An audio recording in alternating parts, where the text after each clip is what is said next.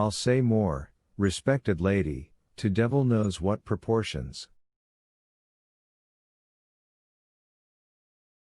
I, however, Koroviev went on chattering, have known people who had no idea, not only of the fifth dimension, but generally of anything at all, and who nevertheless performed absolute wonders in expanding their space.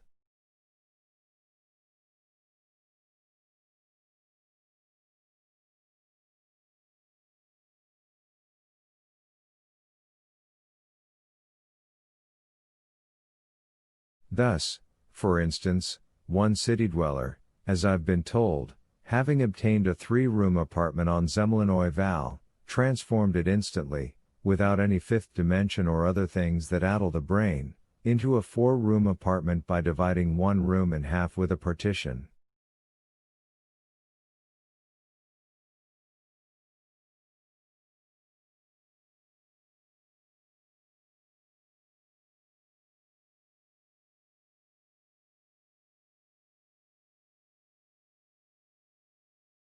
He forthwith exchanged that one for 2 separate apartments in different parts of Moscow, one of 3 rooms, the other of 2.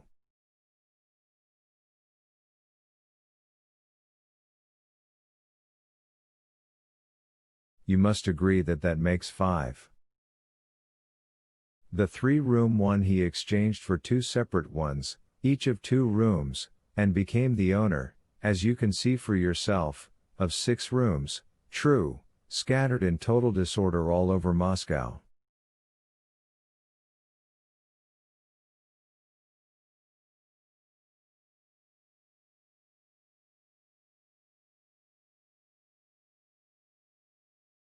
He was just getting ready to perform his last and most brilliant leap, by advertising in the newspapers that he wanted to exchange 6 rooms in different parts of Moscow for one 5-room apartment on Zemlinoy Val, when his activity ceased for reasons independent of him.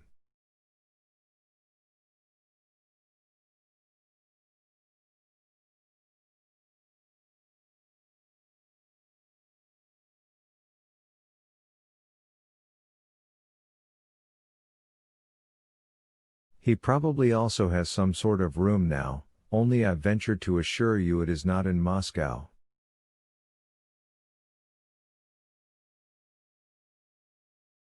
A real slicker, you see, ma'am, and you keep talking about the fifth dimension.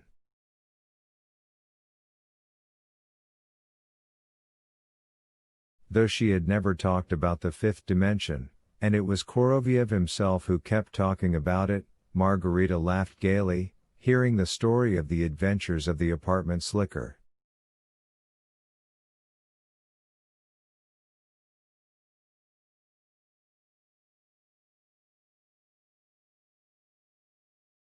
Koroviev went on. But to business, Margarita Nikolaevna. You're quite an intelligent woman, and of course have already guessed who our host is. Margarita's heart thumped, and she nodded. Well, and so, ma'am, Koroviev said, and so, we're enemies of any sort of reticence and mysteriousness.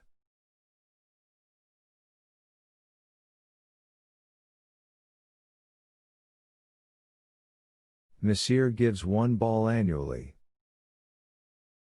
It is called the spring ball of the full moon, or the ball of the 100 kings. Such a crowd. Here Koroviev held his cheek as if he had a toothache. However, I hope you'll be convinced of it yourself.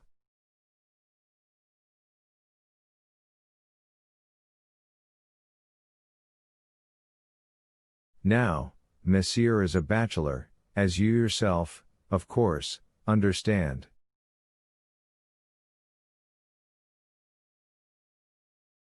Yet a hostess is needed. Koroviev spread his arms. Without a hostess, you must agree.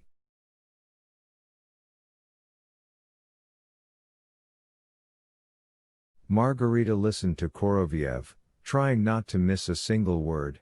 She felt cold under her heart, the hope of happiness made her head spin.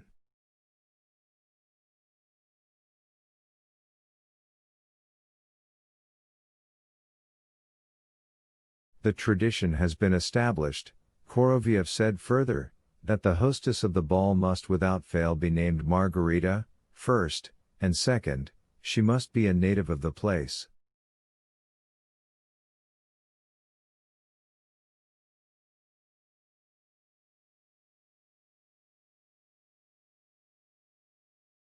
And we, you will kindly note, are traveling and at the present moment are in Moscow.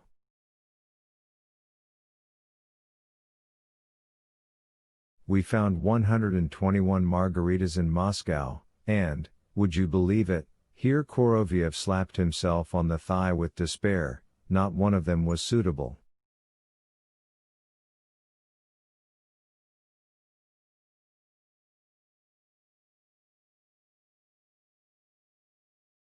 And, at last, by a happy fate. Koroviev grinned expressively, inclining his body, and again Margarita's heart went cold.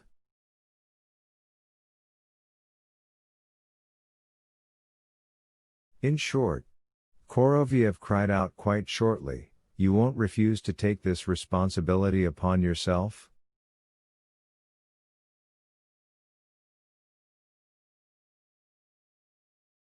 I won't refuse. Margarita replied firmly. Done? Said Koroviev and, raising the little lamp, added, please follow me.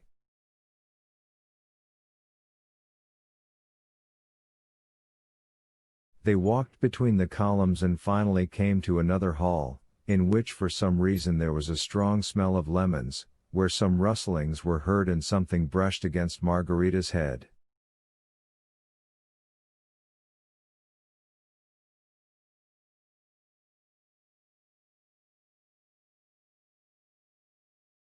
She gave a start. Don't be frightened, Koroviev reassured her sweetly, taking Margarita under the arm. It's behemoth's contrivances for the ball, that's all.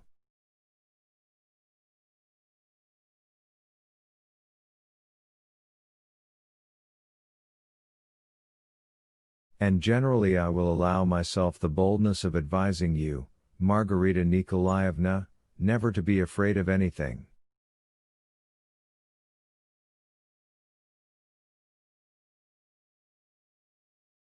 It is unreasonable. The ball will be a magnificent one, I will not conceal it from you. We will see persons the scope of whose power in their own time was extremely great. But, really, once you think how microscopically small their possibilities were compared to those of him to whose retinue I have the honor of belonging, it seems ridiculous, and even, I would say, sad.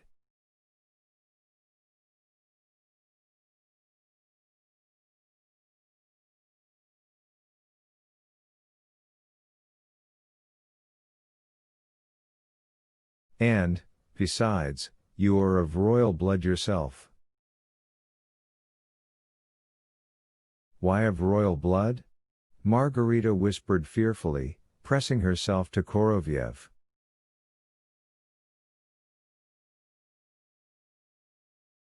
Ah, my queen, Koroviev rattled on playfully, questions of blood are the most complicated questions in the world.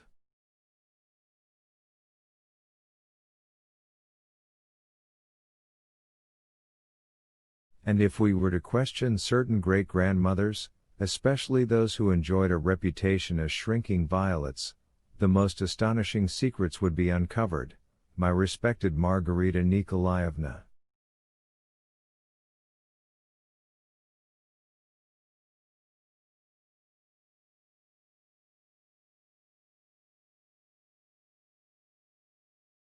I would not be sinning in the least if, in speaking of that, I should make reference to a whimsically shuffled pack of cards.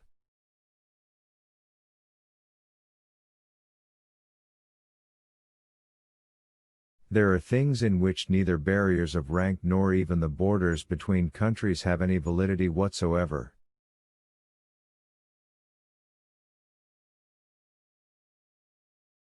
A hint: one of the French queens who lived in the 16th century would, one must suppose, be very amazed if someone told her that after all these years I would be leading her lovely great-great-great-granddaughter on my arm through the ballrooms of Moscow.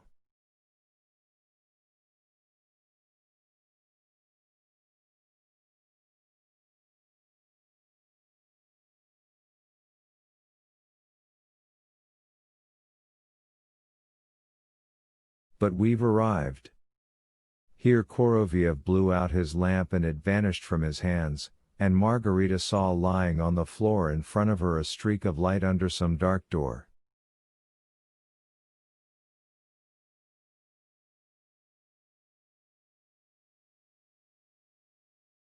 And on this door Korolev softly knocked.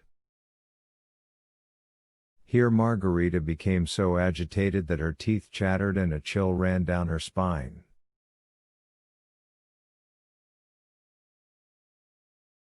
The door opened.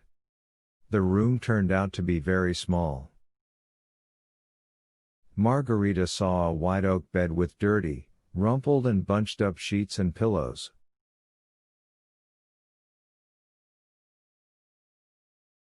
Before the bed was an oak table with carved legs, on which stood a candelabrum with sockets in the form of a bird's claws.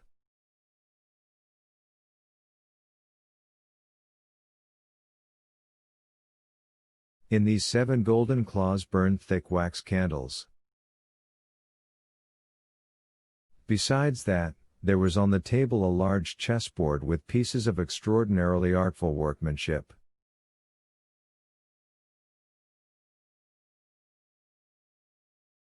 A little low bench stood on a small, shabby rug. There was yet another table with some golden bowl and another candelabrum with branches in the form of snakes.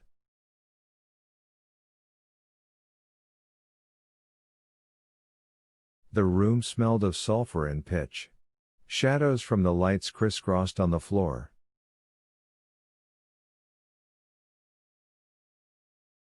Among those present Margarita immediately recognized Azazello, now dressed in a tailcoat and standing at the head of the bed.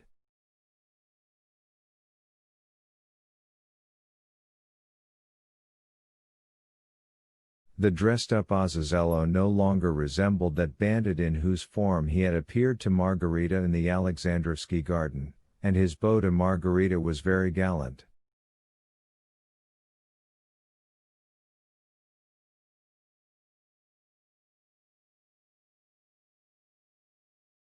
A naked witch, that same Hella who had so embarrassed the respectable barman of the Variety, and, alas, the same who had so fortunately been scared off by the cock on the night of the notorious Essence, sat on a rug on the floor by the bed, stirring something in a pot which gave off a sulphurous steam.